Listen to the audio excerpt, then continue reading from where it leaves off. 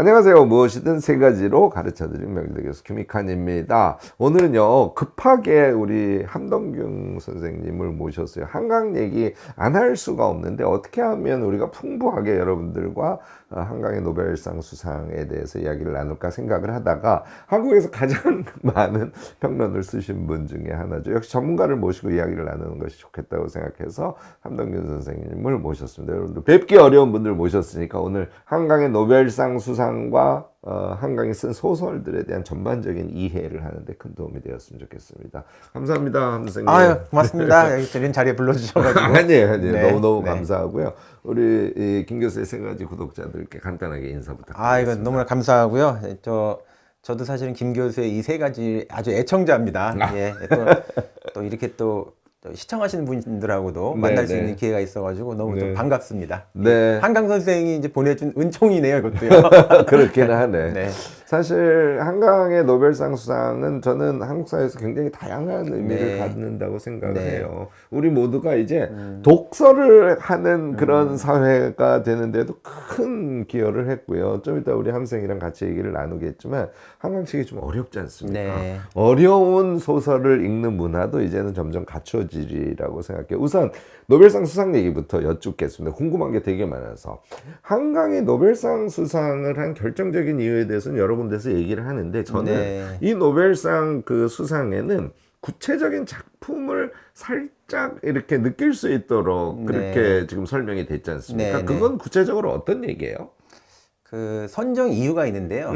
사실 선정 이유는 굉장히 간단하지만 그것이 굉장히 많은 걸 내포를 하고 있습니다. 그렇겠죠. 이 선정 이유가 이제 어떻게 얘기하고 있냐면은 역사적 트라우마를 직시하고 인간의 연약함을 드러내는 강렬한 시적 산문이라는 표현을 쓰고 있는데, 일단 여기에서 이제 역사적 트라우마라는 말 자체도 사실은 이게 쉽지 않은 얘기입니다. 그렇죠. 왜냐하면 보통 역사적 트라우마라고 하면 이 역사라는 걸 공식적 우리가 보통 역사를 생각할 때는 교과서에 써 있는 어떤 그런 역사를 생각하지만 문학이 기록하는 역사, 작가들이 기억하는 역사는 오히려 그런 공식적 기록이 회피하거나 또 적으려고 하지 않는 그 역사를 기억하는 것이 바로 이제 작가의 역할이고 한강 작가가 특히 그런 공식적 기록들이 회피하려고 하는 그런 역사에 대한 그 직시가 있을 뿐만 아니라 그것을 단순히 리얼하게 그냥 쓰는 것이 아니고 하나로 자기의 몸에 하여튼 무당처럼 자기에게 또 뭔가를 이렇게 기입시켜서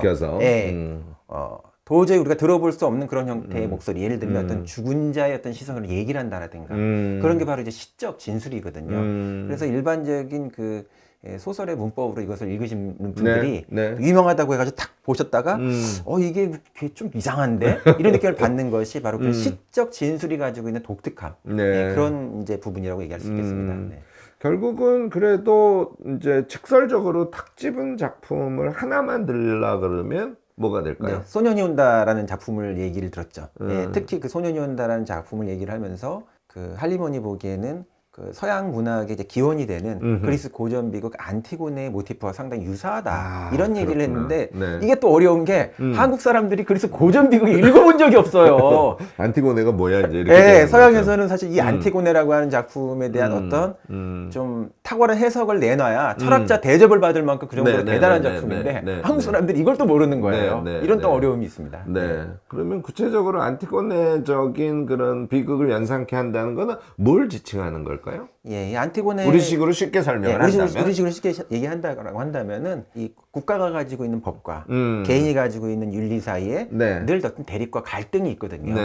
거기에서 개인의 신념을 택한 사람이 이 국가의 법이라고 하는 건 법률적 위반의 문제도 있지만 법은 늘 그 공동체가 가지고 있는 사람들이 가지고 있는 이해관계를 대변하기도 하기 때문에 개인의 윤리를 택한 사람은 법과도 대척되지만 공동체의 시민과도 대립되는 그런 어떤 고독한 어떤 상황에 놓이게 되거든요. 이게 이제 안티고네가 처해 있는 상황인데 한강이 다루고 있는 5.18이나 4.3이라고 하는 것이 거기에 그 희생자들이 단순히 국가로부터 희생당했을 뿐만 아니라 아시겠지만 이제 한국 사회에서 오랫동안 또 왕따를 당하는 어떤 그런 일들이 있었지 않습니까? 그렇죠.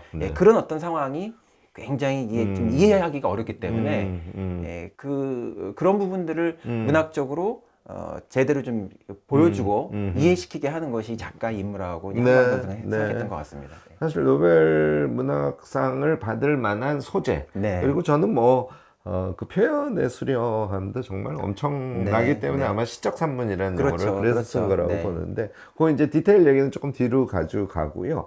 저는 이 노벨상 수상과 관련해서 한국에서 좀 일부 있는 그 네. 이야기들에 대해서 조금 일침을 가하고 간단하게 얘기하고 네. 넘어갔으면 좋겠는데 지금 이제 수상의 이유와 관련해서 뭐 5.18, 4.3 이런 네. 얘기가 나오니까 이거 한강 좌파다. 네. 또 한쪽에서는 우파다. 뭐 이 정말 좀 처참한 한국의 이 진영 논리에 이런 기쁜 일, 이런 또 이제 문학적으로 심오한 세계가 존재하는 것이 너무 좀 쉽게 난도질 당하는 것에 그렇죠. 대한 제가 문제 제기를 조금 드리고 싶어요. 그러니까 5.18과 4.3을 다뤘다고 해서 그것이 좌파가 될 수는 없는 거거든요. 특히 한강의 경우에는 결국은 그런 역사적 상황들, 역사적 사건들이 개인의 삶에 어떻게 침투되어 들어와서 그의 개인의 삶의 고통의 실체들을 다룬 거거든요. 그러니까 어찌 보면 사회적 문제를 끌고 와서 개인의 문제를 다룬 것이고 그렇죠. 특히 이제 소년이 온다 같으면 그게 8명이었나요? 네, 네. 여러 명의 시점에서 그렇죠. 그의 삶의 실제와 고통 그 자체를 표출하고 그러면서 그 안에서 어떤 인간의 아름다움의 추구라는 보편성이랄까 이런 것들을 이제 같이 다루고 있는 소설인데 그렇죠. 얘를 가지고 5.18을 미화하는 좌파적 소설이다 이렇게 얘기하는 건 좀 너무하지 않아요? 이거? 너무하죠. 제가 어떤 신문 기자분께 전화 네. 인터뷰를 받았는데 네.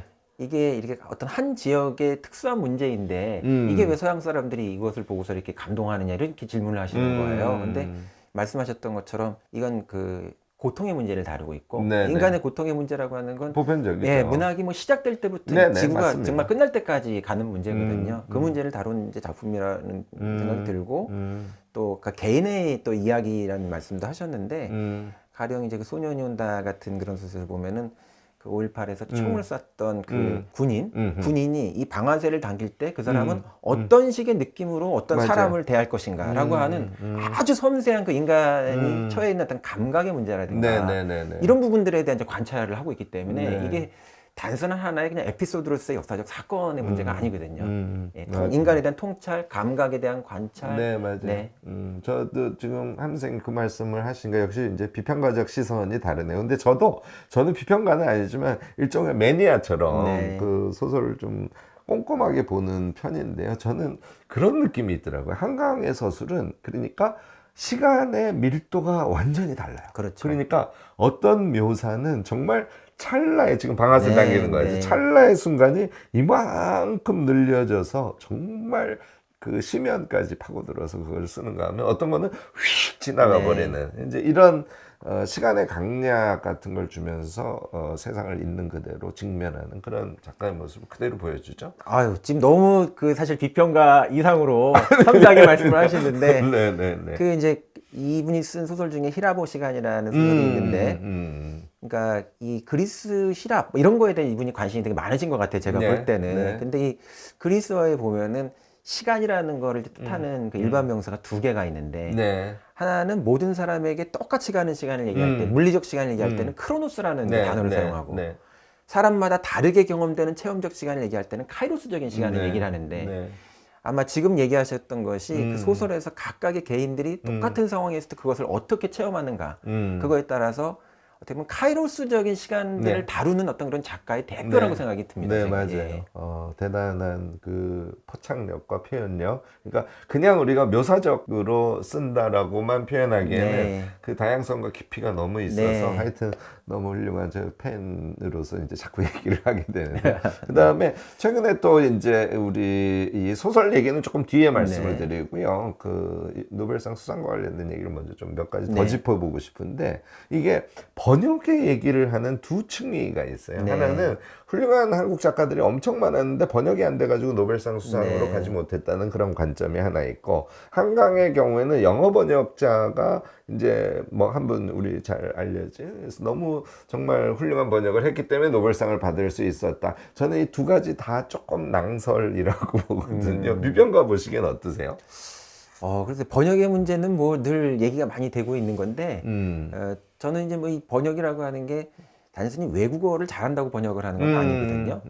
근데 특히 이렇게 난이도가 높은 소설들은 한국말로 된 소설과 시를 읽어도 한국어로 된 얘기를 한국 사람이 봐도 이해하기 되게 어려운데 외국인이 그걸 이해해서 번역한다는 건 굉장히 어렵죠. 네, 그러니까 이거는 사실 번역의 문제라는 게 외국어 번역의 문제도 있지만 번역가가 어떤 작가와 얼마나 공감대를 형성해서 그것을 이렇게 이해하는가라고 하는 부분이 굉장히 중요한 부분인데 그런 부분에 좀 좋은 짝꿍을 만났다 이런 생각이 듭니다. 영어 번역의 경우에는 틀림없이 그랬고요. 제가 사실 살짝 추가해서 제가 파악한 바를 말씀을 드리면 제가 깜짝 놀랐던 게 스웨덴어로만 5개인가가 번역이 됐더라고요. 당연히 이제 불어, 프랑스어, 스페인어 다 번역이 됐고요. 그러니까 이거는 현대사회 특징이라고 보는데 일단 영어 번역이 엄청 잘 된 거예요. 그러니까 그 영어판을 보고 유럽의 출판사 등등이 한강의 책을 이제 자기네 나라 언어로 번역하려고 하는 의지가 생겼고 번역을 해서 보니까 프랑스에서도 엄청 팔리고 이제 이런 현상이에요. 그러니까 얘가 영어 번역을 계기로 해서 그 다음은 유럽으로 확산이 되고 소설의 그 자체 힘에 의해서 유럽으로 확산되고 그것이 당연히 노벨상을 수상하게 되는데 큰 영향을 미쳤을 겁니다. 근데 이것을 단지 마치 우리가 영어 번역을 국가가 나서서 열심히 하면 한국의 노벨상 수상자가 엄청 많이 나올 것처럼 이렇게 얘기하는 건 조금 사실이 아니다 하고 저는 생각을 해봤습니다. 그리고 사실 출판이라는 것들도 좀 생각을 해보면 우리는 이제 국가가 나서서 뭔가를 자꾸 뭐 확산시키려고 하고 뭐 K문화 뭐 계속 이렇게 얘기를 하는데 작품이 이제 좋으면 사실 그런 것들이 자연스럽게 외국에서 번역을 해야지. 맞습니다. 이거를 뭐 그러니까 어떤 우리가 개발도상국의 시점에 있었을 때의 어떤 번역의 전략이 있고 어느 단계에 이르렀을 때 문화의 전략이 있는데 이제 뭐 국가 주도형 어떤 문화를 자꾸 얘기하는 것 자체도 좀 촌스러운 면도 좀 있다는 생각도 듭니다. 한강이 그 신뢰를 뭐 앞에 이제 우리 음악계에 BTS가 있었다면 한강의 경우도 지금 말씀하시는 것처럼 자연스러운 그런 문화의 자기 힘, 대중적 힘, 소통의 내용의 진정성 이제 이런 것들을 가지고 만들어진 것 아닌가 싶습니다. 노벨상 수상과 관련해서 이제 마지막 질문이 될 것 같은데요.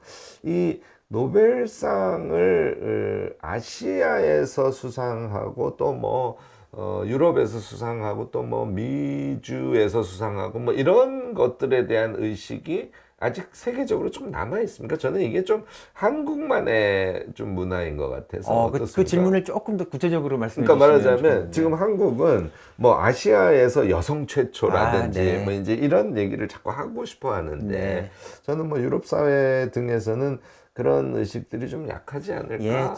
저도 뭐 좀 그렇게 어느 나라에서 생각합니다. 봤던 결국은 그 자신 그리고 그가 만들어낸 업적에 관심을 갖는 것이 그게 어느 지역 또 어느 나라 이런 것들이 큰 이슈가 될까 하는 생각이 좀 들어서 우리 정말 지금 그런 부분에 있어서는 문화가 많이 글로벌화 됐기 때문에 그렇게 어떻게 보면 우리 사회에서 최고 이런 거를 자꾸 내세우려는 이제 그런 문제의식에서 이걸 얘기를 하는 것 같은데 이제는 뭐 저도 그 말씀에는 동의를 많이 합니다.